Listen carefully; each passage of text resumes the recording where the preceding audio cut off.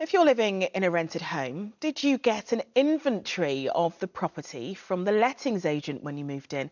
Well, the Royal Institute of Chartered Surveyors say that's one of the crucial things you should receive when you start renting. But it says a lack of regulation means many agents skip the basic measures, which can cause real problems for tenants. RIA CHATTERJEE reports. Renting is costly. Before you've even moved into your new home, there's the matter of deposits, inventories and letting agency fees.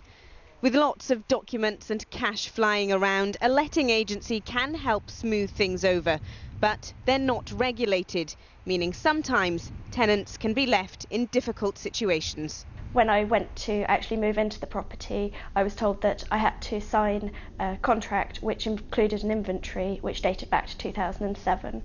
The lettings agency didn't want to know anything about it, and I had to pay £890 for an inventory which was out of date, with missing items and a lot of damage to the property since 2007.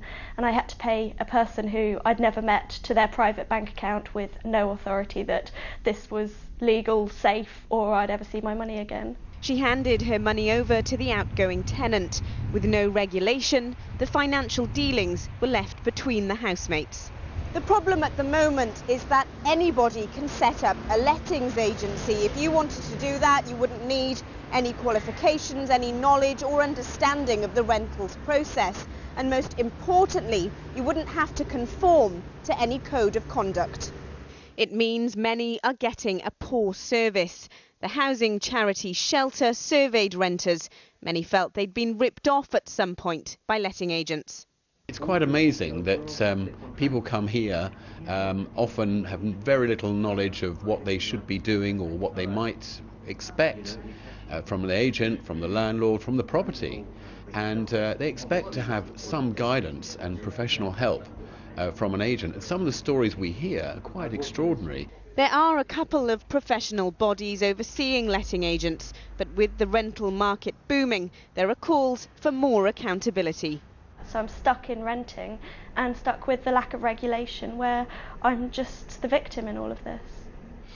That report there from RIA CHATTERJEE. Well, joining me now is Peter Bolton-King, who is the Residential Director of the RICS.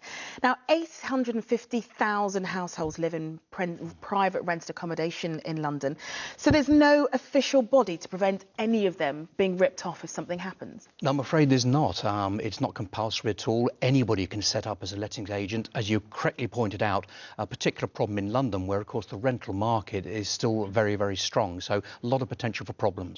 Now, I did have a quick search to see what qualifications you need to be a lettings agent, and you don't need any whatsoever. So essentially, anyone can set it up, despite the fact that often they have to do quite complex contract negotiations, for example.